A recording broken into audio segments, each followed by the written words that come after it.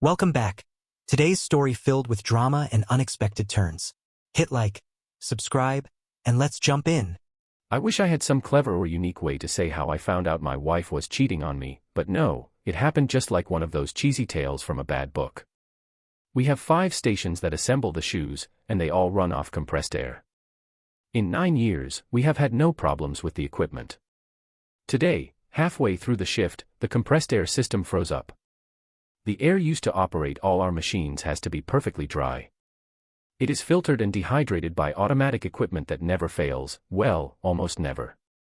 Today, the dehydrator system failed to vent the collected moisture. I am not a scientist, so all I know is that when moisture and high-pressure air get together, there is freezing, and everything comes to a complete halt. Rather than have us sit around, they sent the whole crew home without pay, of course. I guess you could say my whole life was ruined by high humidity. When I opened the bedroom door, all I saw was a large hairy back bouncing up and down on my wife, Laura. Of course, I instinctively turned on the overhead light when I realized Laura wasn't sleeping. God damn it, Steve. What the hell are you doing home? I was expecting her to be scared, apologetic, and ashamed, but all I got was a pissed-off witch. What the hell is going on? Oh, don't be such a jerk. You know perfectly well what is going on. I'm sorry you had to see it, but if you had come home when you were supposed to, it never would have happened. He never would have been here, or I never would have seen him. The hairy back turned over and was now glaring at me with a smirk on his face. Laura pulled the covers up in a half-hearted attempt at modesty. My big mistake was grabbing the guy. When he came off the bed, he was a lot bigger than when he was lying down. For my foolish enthusiasm, I was rewarded with 2 very, very hard blows to the ribs. I never got to lay a punch on him, and I was on the floor trying like hell to catch my breath. I'm not sure, but I think I got a smash to the side of the head around that time, which put me out. Somehow, I found myself in the hospital emergency room getting my ribs bandaged by some sort of medical technician. Laura was sitting on a chair beside the examination table with a disgusted look on her face. The technician finished and left the room. Laura, who the hell was that guy, and what was he doing in our house? His name is David. He's a friend of mine, and I invited him to the house. You were screwing him. You were screwing him in our bed. Our kids were just down the hall, sleeping. Yes, I know. If you hadn't made such a commotion, they never would have woken up. I had to get my sister to watch them so I could bring you down here. What the hell was he doing there? How many times are you going to ask the same question? We were having sex, we were fornicating. Is that so difficult to understand? Is this a regular thing, or was this the only time? David and I have been getting together for about 8 months now. We were trying to keep it a secret from you.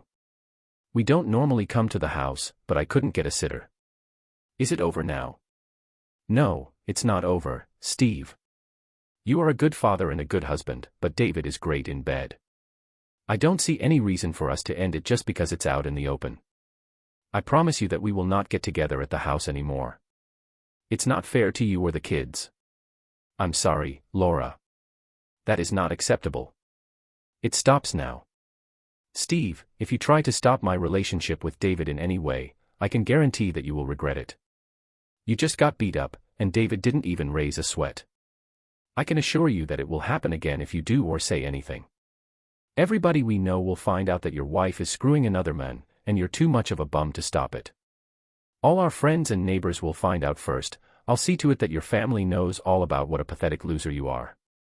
The guys you work with will start to call you. Think twice, Steve, your life will be hell. I bet even your sons will be embarrassed by you. Don't you care what anybody thinks of you? You would make yourself look like a joke just to put me down. I will if I have to, but I'm betting that you won't take that chance. David thinks you are a bum, and I think he's right. You're going to have to learn to live with it, Steve. Who the hell is this guy, anyhow? Where does he work? He doesn't work, Steve. He owns Auto Haven, the luxury car dealership on Maple Street. You know, the place you always wanted to go into but never did. That's it, Steve. He's richer than you are, he's smarter than you are, and he's better in bed than you are. It also appears that he's stronger and better with his fists than you are.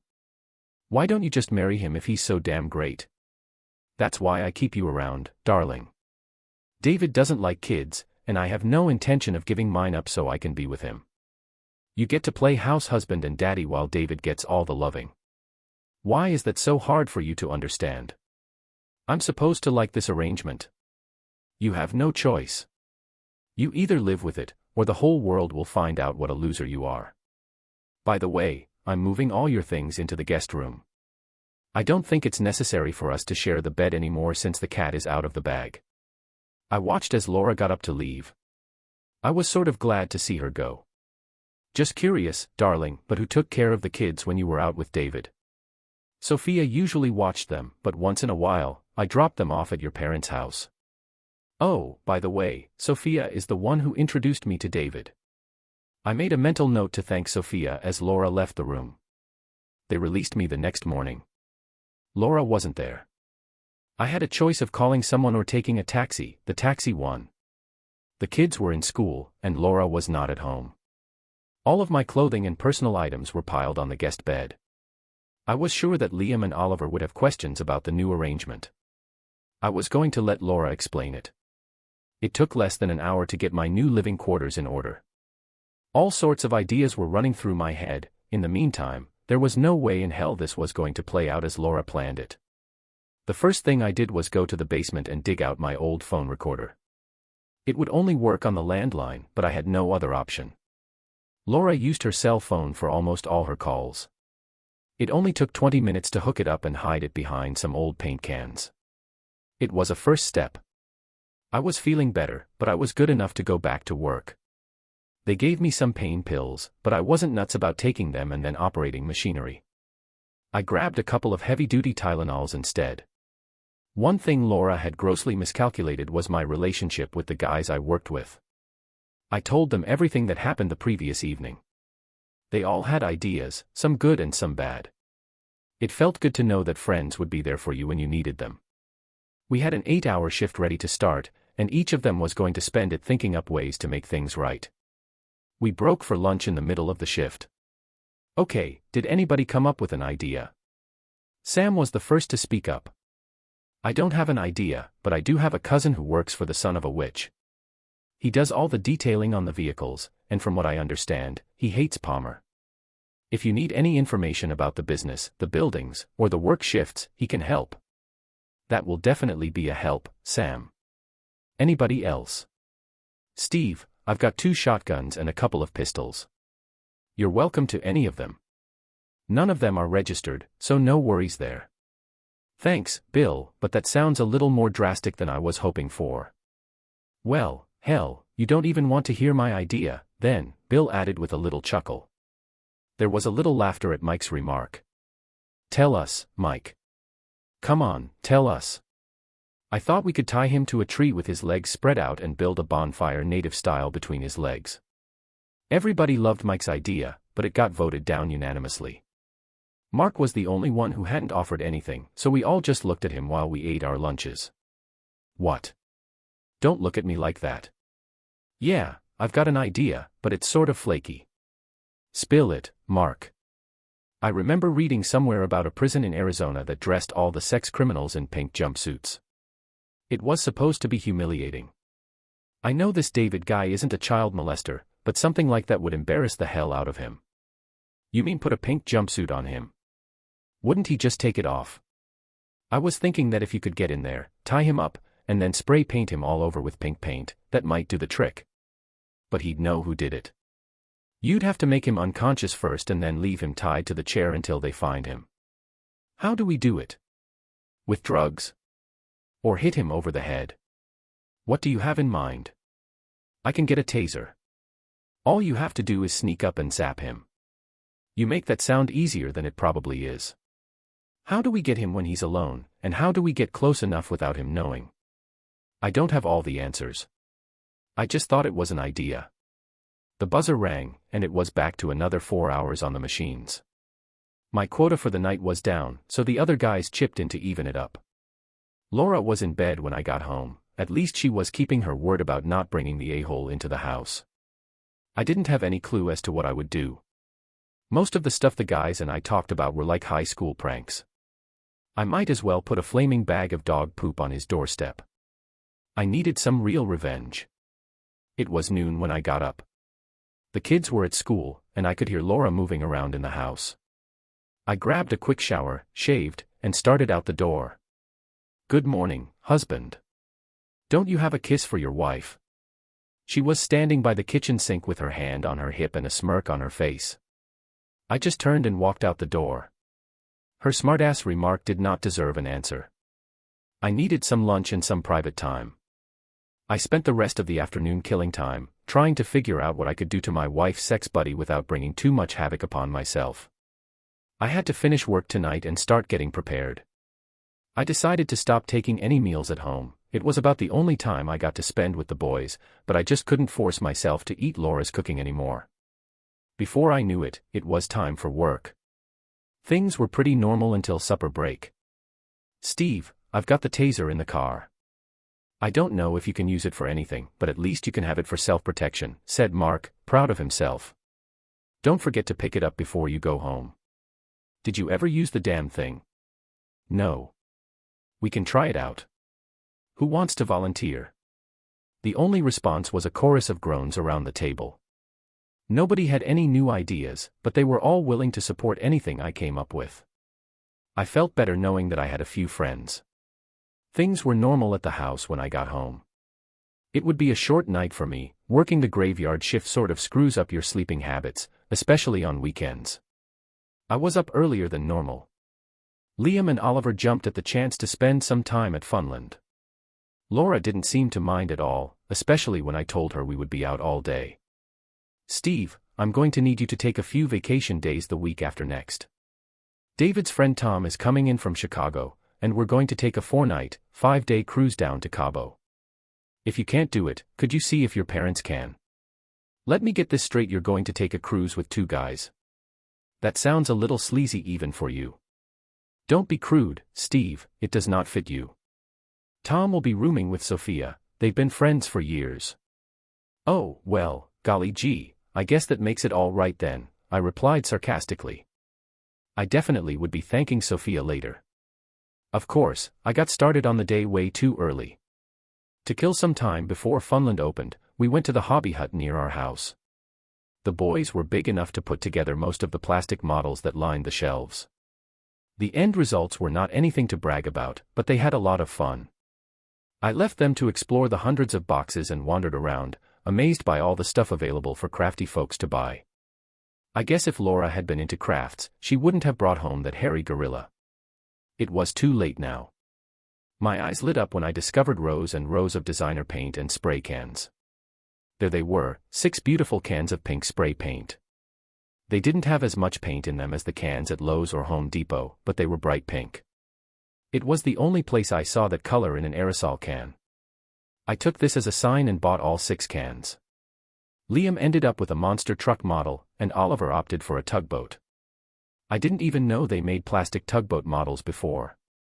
Before we left, I also picked up a pack of 10 large plastic cable ties. They were about 18 inches long and looked like they'd do the job. By that time, Funland was ready for business.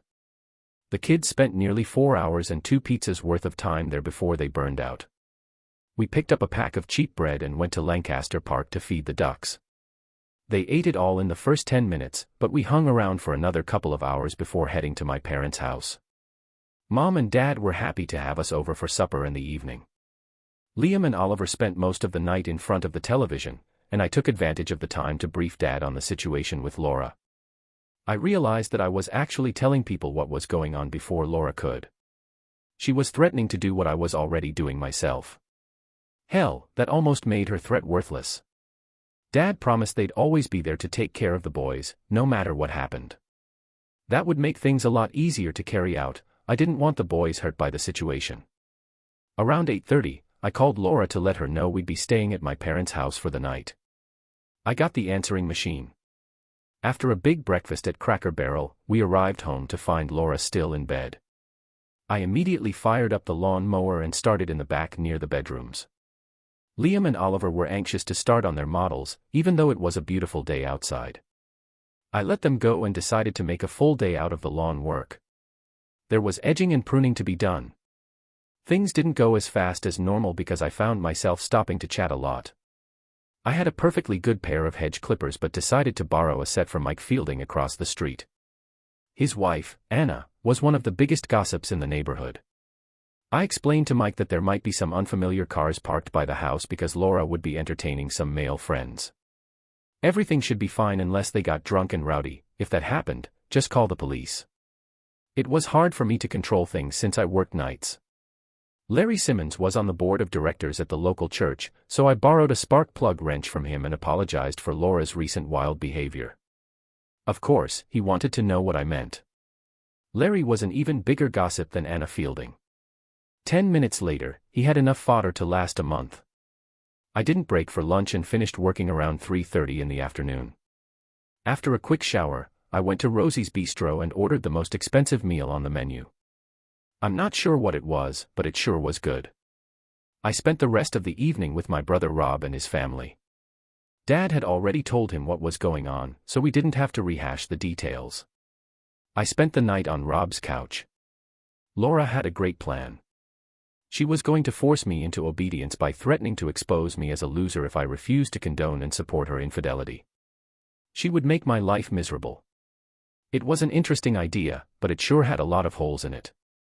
In less than a week, I had already told everybody what was going on. That sort of negated her threat. I was also able to make her look more like a cheap cheater than she had ever imagined. I don't think she anticipated any backlash. I stopped by the house the next afternoon to change for work, and a fuming Laura was waiting for me. "What the hell have you been telling the neighbors?" "Sophia said you told everyone that I was running a brothel here at night." "That's not true, Laura. I simply explained that you might be entertaining men while I was at work, and they shouldn't get excited about it." "Well, that's not how it's going around." "Who else have you been talking to?" "Everybody. I figured I would tell them before you did. It seemed easier that way. I didn't say anything to your parents or your sisters. You should probably do that before they hear the rumors." "Damn it, Steve, you're making me look like a tramp." "Well, that's only fair. You were going to make me look like a fool." "I'm sorry, darling, but I have to get to work." I got to spend a little time with the boys before leaving. The hardest part was not getting the quality time I wanted with them. Glenn had the best news of the night. Auto Haven closed down at 10 on Friday night so that David could personally make out all the paychecks for Wednesday. He hated to be disturbed while doing payroll, so even the cleaning crew was gone. Mark took a few minutes and showed me how to use the taser. Nobody would volunteer to test it. The plan was coming together. If I got caught, and I fully expected to, I would be looking at some jail time. I didn't care. David Palmer had to be humiliated. If I got arrested, I'd make sure that all the newspapers and TV stations got the complete story. Any publicity like that would crush him or at least piss him off so badly that he'd do something dumb. For the next few days, I went home only to sleep, shower, and change clothes. I hadn't eaten a meal at home since the first day. Finally, Friday arrived. I arranged for my truck to have a dead battery, so Mark picked me up. The floor supervisor never really bothered the brake guys too much. As long as we met our quotas and the quality was good, they left us alone. One thing that would work to my advantage was the looser requirements for the job. Between the apron, gloves, and welding goggles, we all pretty much looked alike.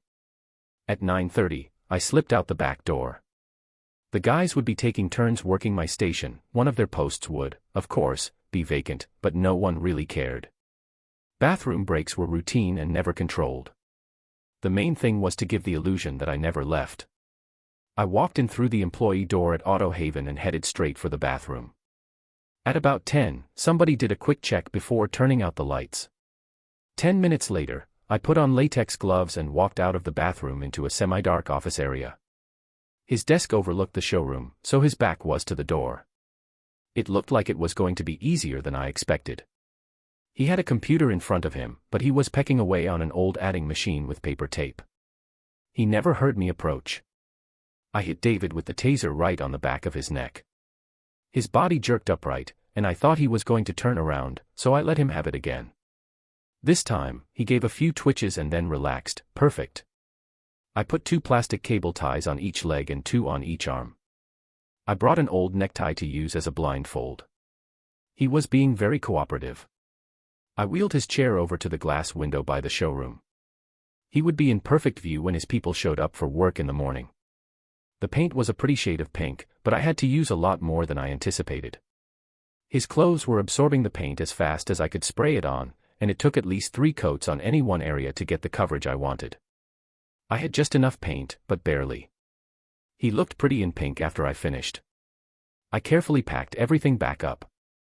I had expected David to wake up while I was decorating him, but he never budged. I had also planned to remove the necktie blindfold before leaving. I checked my watch several times. I was well within the time frame I had laid out, but I still wanted David awake before I left. 5 minutes later, I was starting to worry. I tried to feel for a pulse with no success. Maybe I couldn't feel it because of the latex gloves. I took a glove off and tried again. There was still no pulse. I tried to find a pulse on his neck like I'd seen on TV, but still couldn't find anything. I removed the blindfold and then touched his eyeball with a pencil tip. He didn't blink, there was no reflex. Well, needless to say, I started to panic.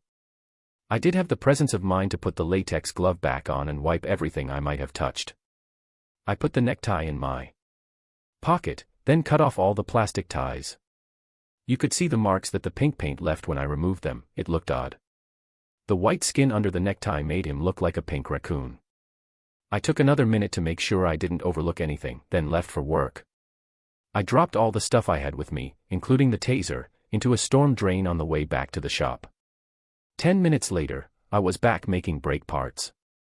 Nobody noticed I was gone. As soon as the shift was over, I told the guys what happened. They were all accessories, so I was pretty sure nobody would say anything. Mark was very impressed, and none of them seemed worried. Mark drove me home, and we both made a mental note of the time he dropped me off. I didn't get to sleep as long as usual because around 9 a.m., Laura came barging into my room. "What the hell did you do? What did you do, you little bastard?" Of course, I just rolled over and gave her a perplexed look. "What the heck are you talking about, Laura? David is dead. Sophia called and said they found him in his office this morning, dead. I believe you had something to do with it, and I will see to it that you pay, you bastard." That was the second time she called me a bastard in 5 minutes. It was clear I wasn't going to be getting any more sleep, so I stumbled out of bed and headed to the bathroom. I was in no hurry to face the Wicked Witch of the West, so I took a long, hot shower and shaved slowly. I even put on a little aftershave, just to irritate my loving wife. I never made it to the coffee pot before a tall man with close-cropped hair in a dark suit walked into my living room. Laura's smug expression made it clear she had called the cops. There was no doubt about it. I shook my head and walked into the kitchen to get my first cup of coffee. Laura had a sarcastic little smirk on her face as I sat down in my favorite recliner. My uninvited guest took a seat across from me. "Mr. Miller, my name is Detective Richard Carter, with an E. I'm here concerning the death of Henry Walker last night. Your wife indicated that you and Mr. Palmer had a disagreement last week, and I was wondering if I could ask you a few questions." "Sure, I have no objections. But not here." "What do you mean?" Detective Carter asked, raising an eyebrow. "If you want to talk, let's do it in your office, not in my home. Is that okay with you?" I couldn't help but notice the frown that came across Laura's face. I was pretty sure she had expected to be included in the discussion. "My car or yours, Mr. Miller? I have a few other things I need to do, so I'll meet you there." "Any specific office?" "Second floor, room 204. Just turn right when you get off the elevator." "Great. I'll see you shortly." Laura was fuming as I put on my shoes. I never got to finish my coffee, so I dumped it in the sink. I turned and smiled as I walked out the door.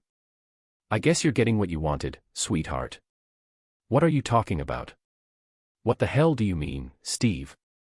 10 minutes later, I was sitting with Detective Carter on the second floor of the municipal building. For the next hour, Green asked all the right questions, and I had all the right answers. He tried to be discreet about the affair without ignoring it or rubbing it in my face. Of course, I had to admit I had a motive, but I never got a chance to do anything about it. It was a serious situation, but I tried my best to be congenial without being a smartass. I think he appreciated that I made his job easier, even though I didn't have an answer for him. The most interesting part of our discussion was finding out that David died from some sort of heart problem.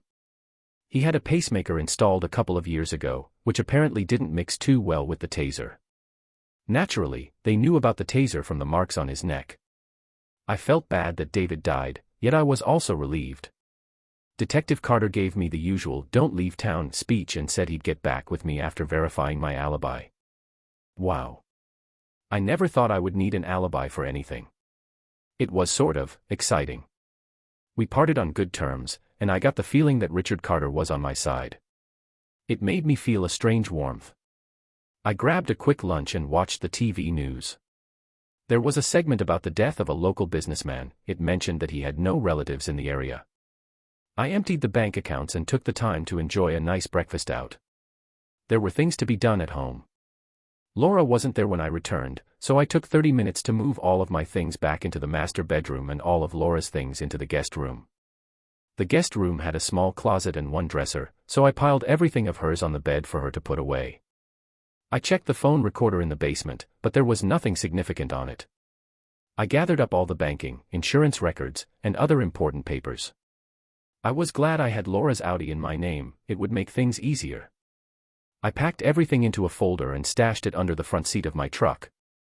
I called into work and took a 2-week vacation. A few hours later, my loving wife showed up. She seemed surprised to find me at home. It was time to get things in order again. I smiled as I led her to the guest room. "What the hell is this? Who the hell do you think you are?" Her reaction was a big smile from me. "Answer me, damn it. What is going on, Steve? I will be staying in the master bedroom from now on. You can have the guest room. I suggest you start putting your clothes away. Anything that's not in the closet or dresser by dinner time will be disposed of. Any questions? I can't fit my stuff in that little closet, and I have no intention of staying in that room, anyhow." "What the hell do you mean by disposed of? If you can't fit it in the closet or the dresser, then you don't need it. This is not going to happen, Steve. I don't know what game you think you're playing, but it won't work. You're dead meat." I just smiled. "I suggest you start putting things in order. If you have any more questions, I'll check back later, bastard." That was the 3rd time she called me a bastard that day. I must have been doing something right. While Laura was busy in the guest room, I dumped her purse out on the kitchen table. I took my time collecting everything I wanted. First, her cell phone, then her car keys. From her wallet, I took her driver's license, all her credit cards, debit cards, and cash. I put back everything else. I grabbed the car title from my truck and drove the Audi across town to a friend who had a small dealership. I sold it to him outright at a good price, with the agreement that he would wholesale it out of town. Even with the payoff, I pocketed a few thousand. Just as I was about to go into Taco Bell for lunch, my cell phone rang. "You son of a witch. What did you do with my cell phone, and where the hell is my car?" I was happy she didn't call me a bastard this time. She was calling from the house phone, a good test for the recorder. I could check it when I got home. "I'm sorry, honey. I had to get money to hire a lawyer to defend me from murder charges. I promise to get you another car as soon as I get out of jail."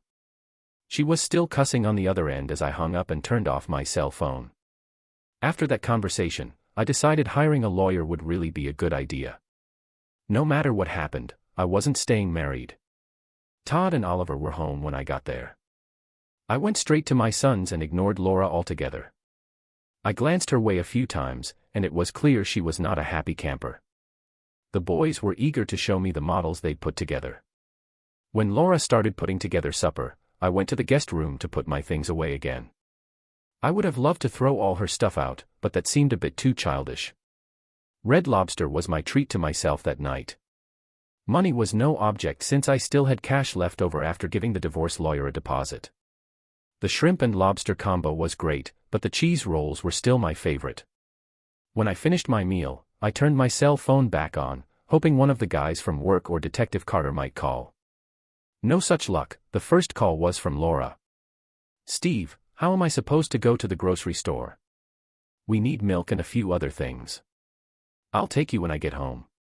Try to arrange it so we can do the shopping on Saturdays when I'm off work. I'll feel better if you don't shop by yourself." "Oh, I've got another call. Gotta go. We'll talk when I get home." The second call was from Mark. Detective Carter had talked to the whole crew individually and as a group. All of the stories held up. Tim, the floor manager, was my strongest supporter. He insisted that there was no way I could have missed work. He kept a tight rein on all of his men and guaranteed that I was there all night. I knew I wasn't that clever, but if a criminal investigator wanted to prove that I killed David Palmer, I was sure they could do it. I was starting to feel like nobody really cared. I got home just in time to put the boys to bed. Laura was sitting on the couch with a glass of wine. I grabbed a cold lager from the fridge and settled into my recliner. The TV was off, so I figured Laura wanted to talk. "So, Laura, how's the plan to turn me into a loser and a laughingstock coming along?" That ended the conversation before it even started. She finished her wine, got up, and left for her bedroom. I thought she wanted to talk. I guess I was wrong. I took my beer and went to check the phone recorder. The first call was to her sister, Rose. No cover-up there. It was clear that Rose knew all about the affair with David and was supporting Laura completely. That was good to know. The next call was to Laura's mom, and it was a little different. Her mom had no idea what was going on. Laura convinced her that David was a friend of Sophia's and that I was jealous because I'd supposedly been trying to have an affair with Sophia for years. She never said I killed him but certainly implied it. She then called the cell phone company to ask if she could get a replacement for the phone I took. No luck there. She tried the DMV to report that I took her driver's license. They told her to report it to the police. She also called the bank to ask for a replacement credit card, but they informed her the account was closed. I'll give her credit, she was busy. The last call on the machine was to Sophia. Sophia lived only a few houses away, so I'm not sure why they used the phone instead of just meeting up, but that was to my benefit. I learned two important things from that call. Tom was still coming in from Chicago, and Laura planned to lay low and not make waves until he arrived. The boys and I were up bright and early the next day. We were out of the house before Laura was even awake. We got home after lunch, and Laura insisted that I drive her to the grocery store.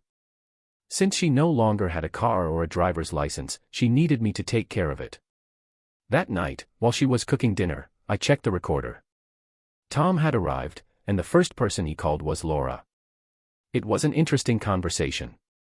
He believed everything Laura told him and vowed revenge.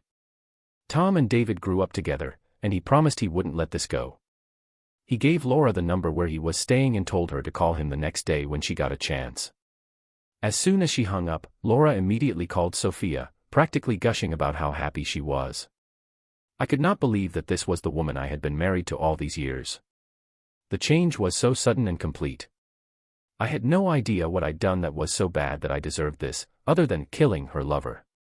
I went out for a burger before heading to bed. Of course, the lawn needed mowing again the next day, so I had a good excuse to avoid Laura. Around 11 a.m., Laura's parents came to pick up the boys. I had no idea a sleepover with the in-laws had been planned, but I decided not to protest. Tomorrow was a school day, and Grandpa Wilcox promised they'd be there on time. After a quick lunch, I checked the phone recorder again. Laura and Tom had set up a plan to avenge David's death. The whole thing was sort of comical. I guess it wouldn't have seemed that way if I didn't know what was going on. Laura and I went to bed later that night, and Tom was planning to enter the house through the sliding door off the back deck. Laura promised him that it would be unlocked.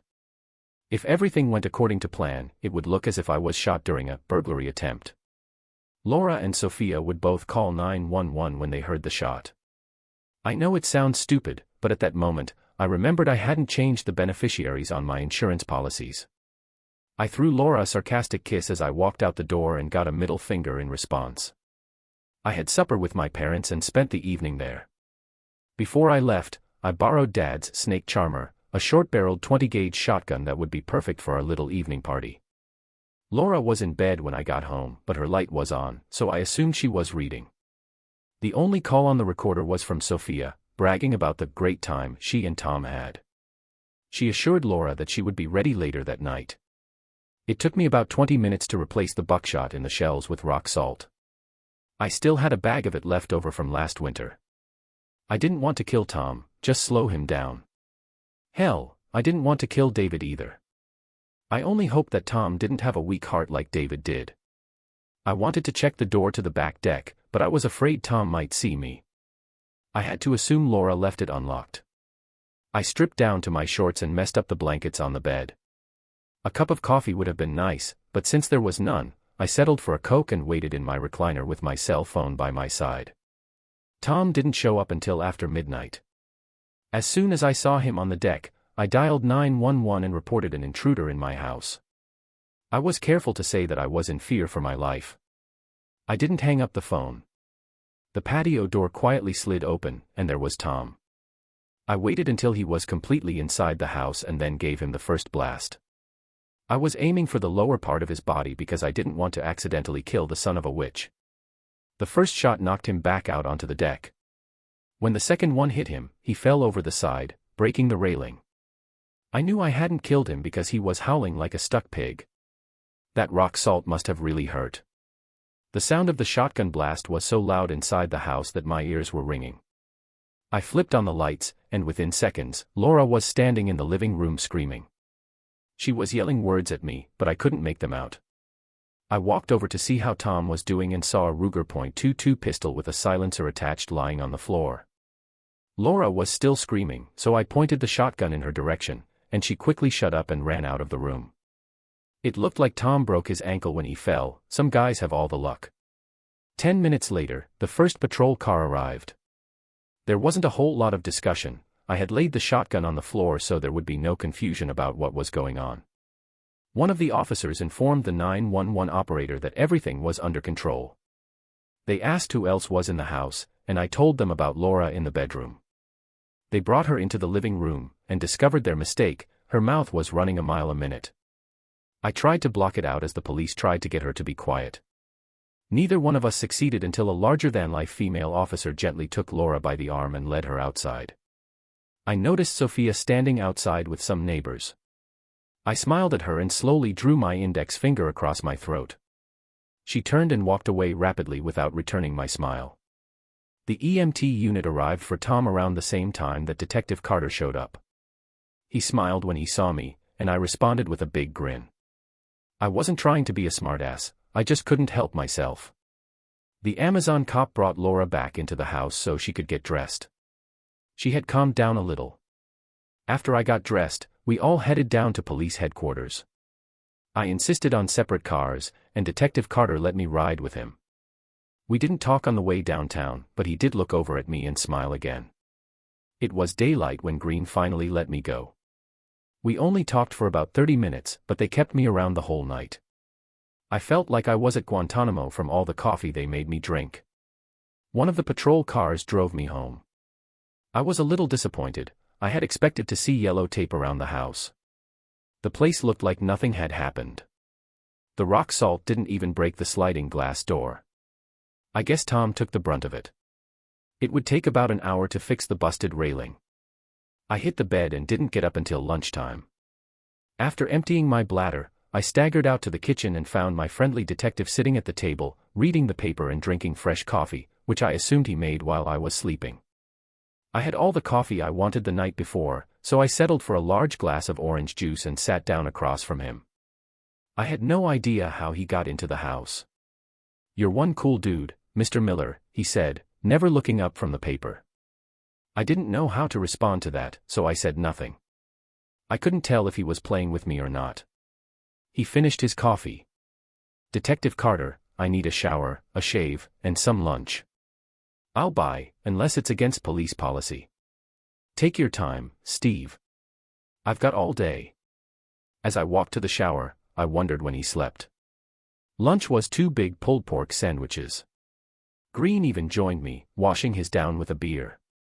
Neither of us said anything, and after a while, the silence became overwhelming. "You're dying to ask me some questions, aren't you, Mr. Miller?" "Funny, but I was thinking the same thing about you." My detective friend waved the waiter over and ordered 2 more drafts. I spent all night asking you questions. It's your turn now. Okay, for starters, where is my wife? We're still holding her. She'll be charged this afternoon. I finished my beer. Your wife's parents got her a lawyer. I wasn't expecting that. Now I had 100 more questions, but the trouble was, the more questions I asked, the more I risked exposing myself. I decided it was better to back off. It was nice to see that Laura's family was available for her because I wasn't going to be there. I don't have any more questions, Detective Carter, but if you feel the need to unburden yourself, feel free to start anytime. He took a big swig of beer and chuckled, not loudly, but definitely a laugh. One more thing, he said. You didn't happen to overhear or maybe tape any conversations that your wife had with Mr. Collins, did you? I assume you mean Tom. That got a little smirk from him. If I did happen to have such a tape, would you need it? I don't know yet. If things go as I think they will, it won't make any difference. But if one of them gets a good lawyer, maybe. If I had such a tape, wouldn't it get me in trouble? You're right about that. I'm just trying to make my job easier. I'll see what I can do, without having a tape that may or may not exist. He nodded slightly. Thank you, Steve. I think I should take you home. Your boys will be getting back from school soon, and they need their father. We arrived at the house just as the school bus dropped off Liam and Oliver. They walked over to us, and I introduced them to my new detective friend. They were immediately interested in his badge and wanted to know if he had ever arrested anyone. Detective Carter played along, showing them his badge and answering a few questions.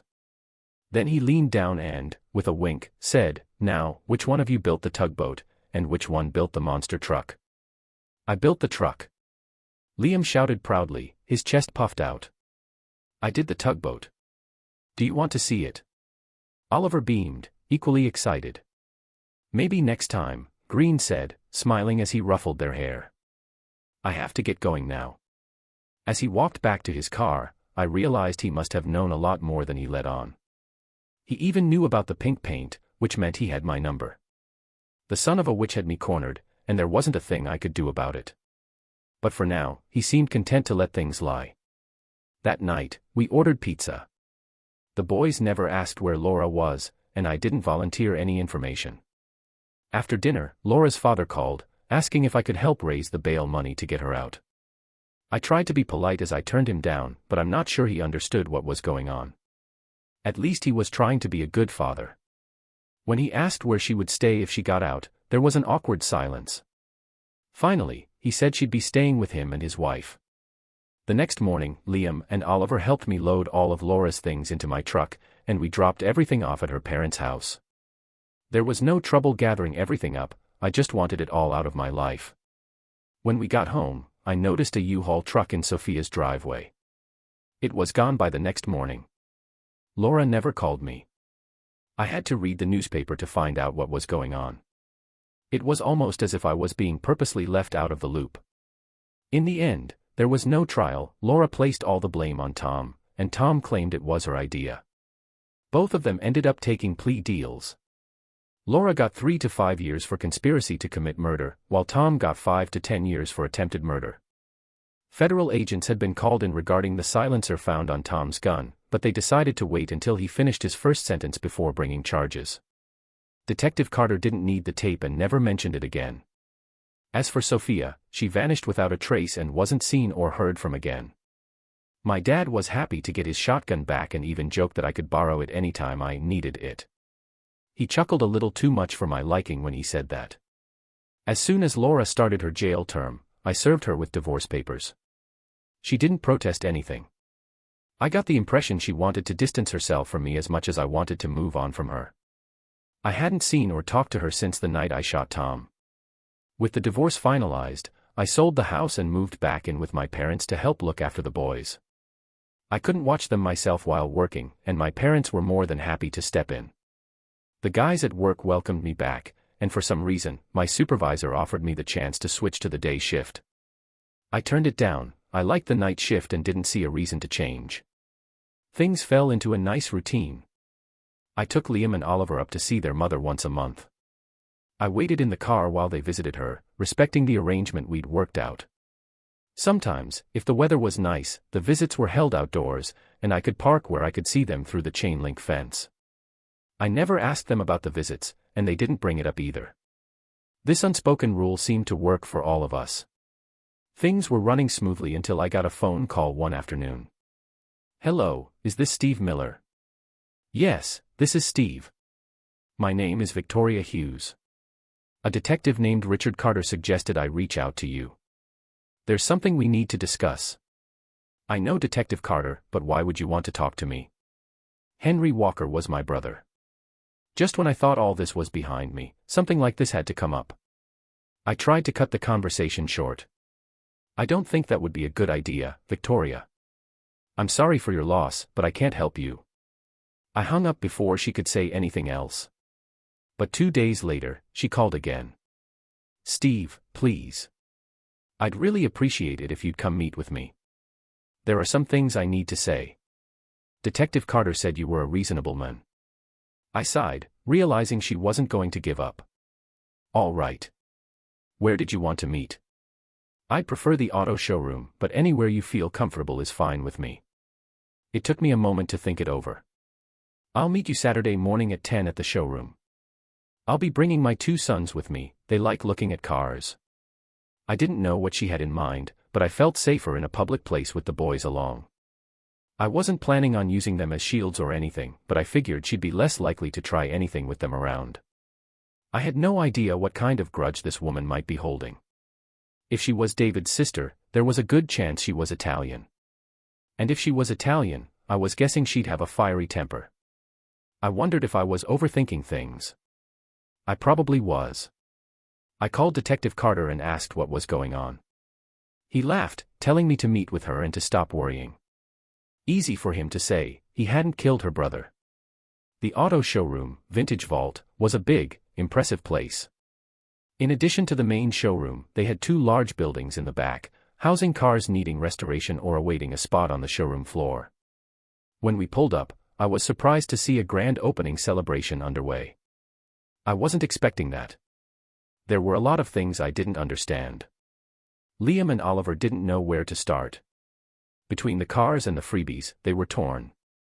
The first thing to hit us was the smell of fresh popcorn from a machine nearby. A clown with floppy shoes and a red nose was handing out small bags of the hot popcorn. Off to the side, there was a soda stand and another clown with a hot dog cart. The boys wouldn't need lunch after this. Victoria was easy to spot. She walked towards us with a determined yet cautious gait. Dark hair, dark eyes, olive complexion, everything about her looked Italian. She was around 5 feet tall, with broad shoulders and a confident stride. As she approached, I noticed a young girl, maybe 10, walking beside her, a smaller version of Victoria, with lighter hair but the same intense gaze. Victoria extended her hand. "Steve Miller, I presume." I shook her hand out of politeness, still wary. "I always wanted to say that," she said with a small smile, like in the movie about Dr. Livingstone. I couldn't help but smile back, feeling a little more at ease. The young girl beside her looked at Liam and Oliver with a friendly smile, and they introduced themselves with equal politeness. Victoria suggested, "Carla, why don't you show the boys around while I talk to their father?" The boys agreed and happily followed Carla to the showroom area, Liam making a beeline for the popcorn stand while Oliver stayed close, intrigued by Carla's quiet confidence. Victoria turned back to me. "We can talk down here or in my office. It's your choice." I guess the office would be fine. I felt a bit more comfortable getting away from the main floor and the eyes of the sales staff. As we walked toward the stairs, I noticed several employees glancing in my direction. Some of them whispered to each other, probably curious. Victoria noticed, too, and offered me a knowing smile. When we reached her office, she took a seat across from me, looking a bit nervous. For a moment, we just sat there, each of us unsure how to begin. Finally, she broke the silence. "Did Detective Carter tell you anything at all about my situation?" I shook my head. "He didn't say much." She took a deep breath, gathering her thoughts. "David was my brother and my only family. When he died, he didn't have a will, so I inherited everything, including the business. The executive fees took a big chunk, but there's still more than I ever expected. She was clearly trying to explain something significant, but her words seemed to wander. I watched her, trying to read between the lines. After a few moments, she took another deep breath. "Steve, I need your help. And believe it or not, you're the only one who can help me." Her words took me by surprise. "What could I possibly do for you?" I asked, skeptical. Victoria hesitated, looking down at her hands before meeting my eyes. "I want you to come work for me, Steve. I need a general manager. Someone I can trust." I laughed, caught off guard. "Victoria, I don't know anything about running a car business, especially not one that deals with luxury cars. I work in a parts factory." She shook her head, determined. "I have people to take care of the technical stuff. But what I need is someone who can command respect. David left a mess, and I'm struggling to get things under control. The truth is, I'm afraid they're going to take advantage of me." "Why me?" I asked, still not convinced. "How can I help with any of that?" Victoria leaned forward, her voice dropping to a near whisper. "Did you notice the way the employees looked at you when you walked in with me? They all know you were the one who," she paused, choosing her words carefully. "The one who brought down David. To them, you're a force to be reckoned with. And right now, that's exactly what I need, a presence.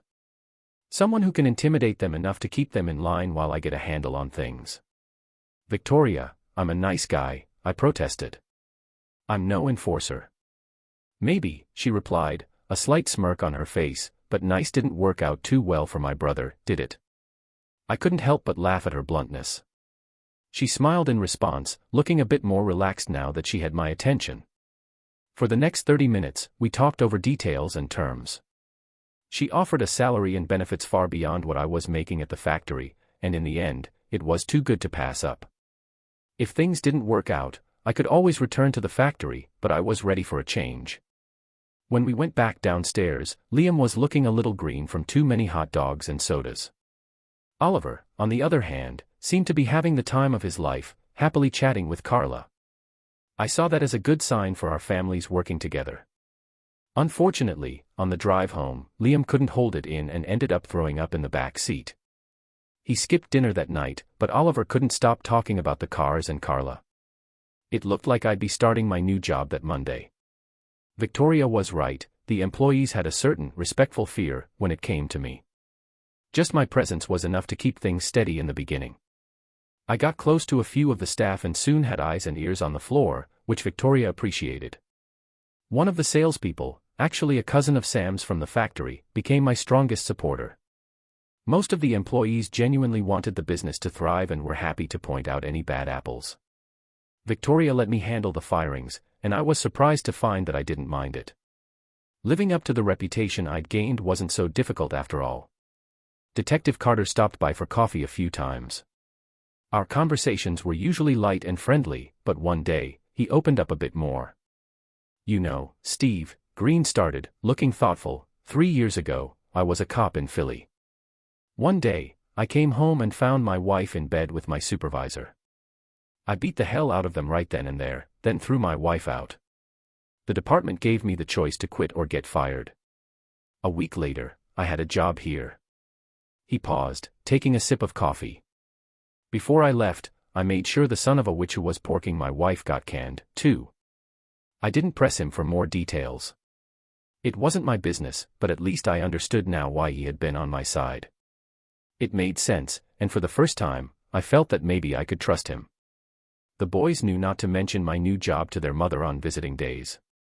They only complained about the long drive but seemed to understand that this arrangement was necessary. I took them up to see Laura at the women's correctional facility once a month, sometimes more. Marcy never said much, and I didn't ask them to tell me anything. It was an arrangement that suited us all fine. Victoria and I spent more time together as we grew the business. Our relationship stayed professional until one weekend when the boys insisted I take her and Carla to Silver Pines amusement park. It was the perfect family outing. We spent most of our weekends close to home, but this day felt like a turning point. Victoria had started looking for a house, and she spent hours on her computer searching for a place with 4 bedrooms. One day, I asked her why. I think it's important for the boys to each have their own room, she said, sounding surprisingly serious. Better to plan for it now than have to move later. It was a simple answer, but it hit me hard. I realized that she was hinting at something bigger. Her question was a setup to gauge my interest in something long-term, and I was definitely interested. Yeah, I think that's a great idea, I replied. I also think a split-bedroom plan would be smart. I don't like the idea of them being too close to the master bedroom. Victoria tried to hide a smile as I walked out of the office, and I felt a strange sense of satisfaction. It was odd, we hadn't kissed or even held hands, but I felt closer to her than I had ever felt to Laura. 2 days later, when my divorce from Laura was finalized, we celebrated at Red Lobster. The kids didn't know the real reason for the party, but Victoria did. Later, at her apartment, while the kids watched a movie, she cornered me in the kitchen and finally kissed me. "Whoops, sorry, Mom," Carla said with a smirk as she caught us. Turning to leave, she added, "It's about time." When we returned to the living room, Carla was whispering to Oliver, and they were both smiling. Victoria and I behaved ourselves for the rest of the night, but I knew things had changed. The next day, while the kids were in school, Victoria and I took a long lunch and returned to her apartment, where we finally crossed that line. We didn't get back to work until almost quitting time, and there were quite a few long lunches after that. Detective Carter continued to stop by for casual visits, often admiring the cars. He fell in love with a Studebaker Hawk that had once been owned by a well-known movie critic, and Victoria gave him a good price on it. One day, Victoria surprised me with an unexpected request. "Steve, I want you to take me to see Laura." The request threw me off. We had just gotten into a good rhythm, and now she wanted to revisit the past. "Why, Victoria? What's the reason?" "Closure," she said simply. "I need closure." It was a warm fall day when we drove up to the women's prison. The visiting area was outdoors, so I parked by the fence and watched as Victoria and Laura sat across from each other at a picnic table. At first, they seemed friendly, smiling and chatting as if they were catching up. But about 5 minutes into the conversation, Laura's face twisted into a scowl. She leaned forward, clearly upset, while Victoria just sat there, smiling calmly. Then, without warning, Laura lunged across the table, trying to grab Victoria. Guards swarmed in, restraining her and dragging her back into the building, kicking and yelling. Victoria turned to look at me, shrugged, and gave a small, satisfied smile before leaving the visitor area. As she got back into the car, I couldn't resist asking, what the hell was that all about? Victoria giggled. "Your ex-wife is quite the touchy witch." "Victoria, what did you say to her?" She laughed, unable to contain herself. "I told her I came from Springfield to get revenge." "At first, she thought I meant revenge against you." That made her happy. "But when I told her I meant revenge against David by taking over his business and making it thrive, she wasn't so pleased." Victoria laughed, clearly amused by the memory. "She wanted specifics, wanted to know how and when I'd take you out. So I told her I planned to screw you to death." I couldn't help but laugh along with her. Laura's reaction suddenly made perfect sense. Victoria looked at me with a mischievous grin. "When are we going to start this deadly assault?" "Maybe as soon as we get to the next motel," I replied, leaning in with a grin. 2 months later, Victoria and I were married. We had a small ceremony in the backyard of our new home, surrounded by close friends and family. Victoria even sent Laura a wedding invitation with a small note inside. "Everything is going as planned. You should be dead in 40 or 50 years." And for the first time in years, I felt like everything was right where it should be. And that's it for this wild ride. What would you have done in Steve's shoes? Let us know in the comments. Don't forget to like, subscribe, and hit the bell for more stories. Thanks for watching.